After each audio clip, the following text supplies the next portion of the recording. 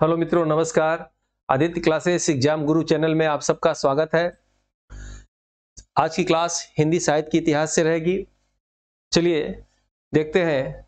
सबसे पहले motivation video है कि डॉक्टर एपीजे अब्दुल कलाम का एक कथन है कि सपने वो नहीं होते हैं जो सोने नहीं देते हैं, सपने वो होते हैं जिसे हम खुली आंखों से देखते हैं। अगर आपको नौकरी चाहिए तो लगातार पढ़ते रहिए, लगातार पढ़ते रहिए। ये मत देखिए कि कब आपका एग्जाम फॉर्म आ रहा है, कब विज्ञापन आ रहा है, कब इतने आसान परीक्षा को निकालना आज के डेट में नहीं रह गया है। तो अपने रास्ते पे चलते रहिए, चलते रहिए, यानी आप मेहनत करते रहिए, जिसका कोई विकल्प नहीं है।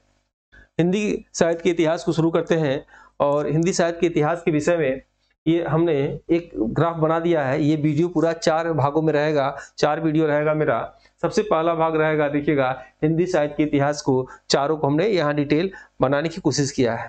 ठीक है, सबसे पहले देखिएगा इन कालों का विभाजन, हिंदी में प्रश्न कैसे आते हैं उसको समझिएगा। हिंदी साहित्य के इतिहास में भक्ति काल को हिंदी साहित्य का स्वर्ण काल कहा जाता है। किसी भी कंपटीशन की परीक्षा में स्वर्ण काल 4 ही पूछता है। पहला पूछता है कि चित्रकला का स्वर्ण काल तो जहांगीर के काल को कहते हैं। उसके बाद पूछता है स्थापत्य कला का स्वर्ण काल शाहजहां के काल को कहते हैं।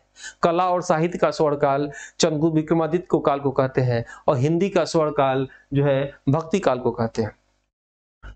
एक अंग्रेज जॉन ग्रियर्सन ने इसका विभाजन किया था। ठीक है, और ये भाग 1 है हिंदी साहित्य के इतिहास का। और सबसे पहले इन्होंने बांटा आदिकाल में, उसके बाद भक्ति काल में, उसके बाद रीति काल में, उसके बाद आधुनिक काल में। ठीक है, तो चारों को जैसे हमने इस पेज पे कलरवाइज कर दिया है। तो पहला वीडियो हम लोग का आदिकाल पे रहेगा, समझ लीजिएगा। दूसरा वीडियो भक्ति काल पे रहेगा और तीसरा वीडियो रीति काल पे रहेगा। चौथा वीडियो आधुनिक काल पे रहेगा। ठीक है, आइए शुरू करते हैं हम लोग आदिकाल के विषय में। आदिकाल का सबसे पहले आदिकाल समझ लीजिएगा धार्मिक, वीर रस और श्रृंगार रस की प्रधानता को देते हुए आदिकाल की रचनाएं की गई थी। उसके बाद हिंदी साहित्य का स्वर्ण काल जो है भक्ति को देखते हुए किया गया था। डिटेल अभी अंदर आपको वीडियो में बना रहे हैं। उसके बाद चलिए शुरू करते हैं हम लोग आदिकाल को, इसमें विषय में बताते रहेंगे। आदिकाल को सबसे पहले 2 भागों में बांटा गया था। पहले भाग को कहा गया है कि डिंगल शैली या उसको कर्कश वाणी कहा जाता है, जो आगे चल के यह लुप्त हो गई। ठीक है, यहाँ डिंगल शैली, 1 मिनट थोड़ा सा इनको हाईलाइटेड कर दें, लिखने में आसानी रहेगा। ठीक है, अब देखिएगा आदिकाल को 2 शैलियों में बांटा गया। पहला डिंगल शैली, या उसी को कर्कश वाणी कहा जाता है। जो हमारे कानों को कर्कश लगे वह चल नहीं सकता, इसलिए आगे चल के यह लुप्त हो गया, यानी डिंगल शैली आगे चल के समाप्त हो गया। आदिकाल की जो दूसरी शैली थी पिंगल शैली या कर्पड़ी वाणी, यह ब्रज भाषा की वाणी थी और यह आगे चल के खूब चली। ठीक है, आगे चल के यही पिंगल शैली या कर्पड़ी शैली ब्रज भाषा में रूपांतरित हो गई। आदिकाल के ग्रंथ को 5 रूपों में लिखा गया है। 5 रूपों में लिखा गया है। इसमें से एक बार सुपर टेट में से एक प्रश्न आ गया था। देखिएगा, पहला है सिद्ध साहित्य, दूसरा है नाथ साहित्य, तीसरा है जैन साहित्य, चौथा है रासु साहित्य और 5वां है लौकिक साहित्य। ठीक है, सिद्ध साहित्य के सभी ग्रंथ बौद्ध साहित्य से संबंधित हैं। याद रखिएगा, प्रश्न आ चुका है।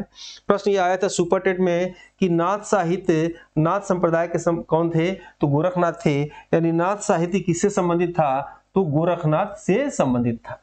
ठीक है, गोरखनाथ के गुरु का नाम क्या था? मच्छिंद्रनाथ। उसके बाद देखिएगा जैन साहित्य, जैन साहित्य का मतलब जो है जैन धर्म से संबंधित था। और जैन धर्म में 14 तीर्थकर थे। प्रथम थे ऋषभदेव और 24वें थे, 24 तीर्थकर थे, 24वें थे महावीर स्वामी। ठीक है, 23वें से पार्थनाथ। 24 चौथा है रासु साहित्य, और रासु साहित्य राजस्थानी से मतलब है राजस्थानी साहित्य। 5वां है लौकिक साहित्य, और लौकिक साहित्य मध्यकाल के पहले का इतिहास है। ठीक है, आदिकाल में कुछ हम रचनाओं को देखते हैं। जैसे आदिकाल की महत्वपूर्ण रचनाएं, और मेरा अनुभव रहा कोई भी पेपर आप दीजिए आदिकाल के इन रचनाओं को, इन रचनाकार को आप याद कर लीजिए। परीक्षा में लगभग इसी से आपका काम चल जाएगा। ठीक है, तो सबसे पहली रचना देखते हैं। रचना है पृथ्वीराज रासो। पृथ्वीराज राजो रचना है और इसके रचनाकार हैं चंद्रवरदाई।